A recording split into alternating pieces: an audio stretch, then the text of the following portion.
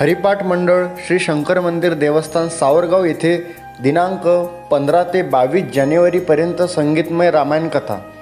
अयोध्या येथील राम मंदिरात श्रीरामलला प्राणप्रतिष्ठा 22 जानेवारीला होत असण्याच्या अनुषंगाने सावरगाव येथील हरिपाठ मंडळ श्री शंकर मंदिर देवस्थान सावरगाव येथे दिनांक 15 ते 22 जानेवारीपर्यंत संगीतमय रामायण कथा सोहळा आयोजित करण्यात आलेला आहे। 15 जानेवारीला सकाळी 7 वाजता घटस्थापना व रामायण ग्रंथाचे पूजन कलशस्थापना श्री संदीप माणिकराव बालपांडे व सौ कल्पना संदीप बालपांडे यांच्या हस्ते करण्यात आले। सकाळी 6 वाजता हरिपाठ, दुपारी भजन, सायंकाळी 7 ते 10 पर्यंत श्रीराम कथा, प्रवक्ते हरिनाम भागवत पारायण श्री श्रीरामजी बारे महाराज यांच्या सुमधुर वाणीतून होत असते। त्याचप्रमाणे संगीत संच गुरुदेव भजन मंडळ कार्यकर्ते यांच्याकडून होत असते।